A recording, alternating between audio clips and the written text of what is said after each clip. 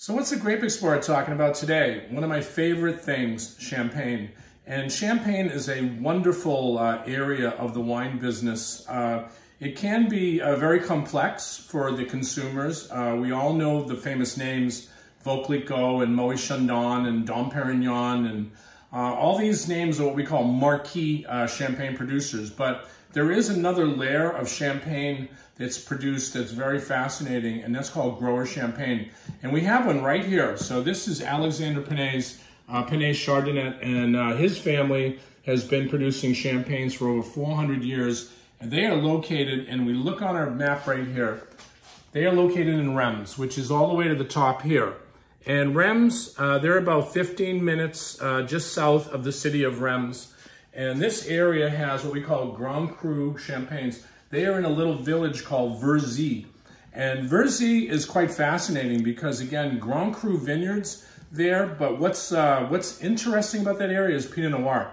So this champagne here is 75% Pinot Noir, 25% Chardonnay. I know it does not look like a Pinot Noir. We call this Blanc de Noir. So basically, these are champagnes that are reflective of the soil. So the soil here is called calcaire.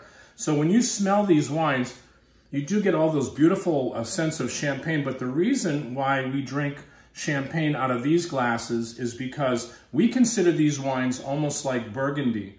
And I've had some good friends talk about grower champagne, and they said they would actually rather drink grower champagne than very, very expensive Burgundies, especially Puligny-Montrachets and Chassagne-Montrachet that can be quite expensive. If you look for grower champagne, you're going to get a lot of the same nuances that you get in Burgundy. And as you can see, we have what's called a champagne flute. This is traditional for drinking champagne, but when you drink a really top-level grower champagne, we like to drink those out of these kind of stem glassware because we get a lot of the aromatics.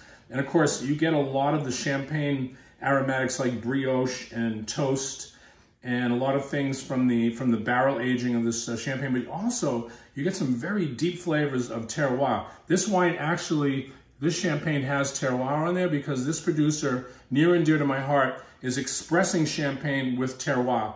Terroir means minerality, means salinity, because some champagnes just are overtly fruity in style, and they do not have that complexity that I like. So when I drink a grower champagne, I want minerality, I want flavor expression, almost like you're drinking a really, really nice wine. That's why we're drinking them out of this glassware. But these are beautifully balanced champagnes. They're quite elegant.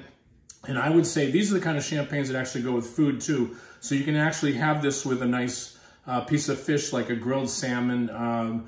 Believe it or not, champagne is not just for celebrations, although yes, we love to have champagne on a beautiful celebratory day, but you can actually drink these champagnes with food, and they're wonderful, expressive styles of wines.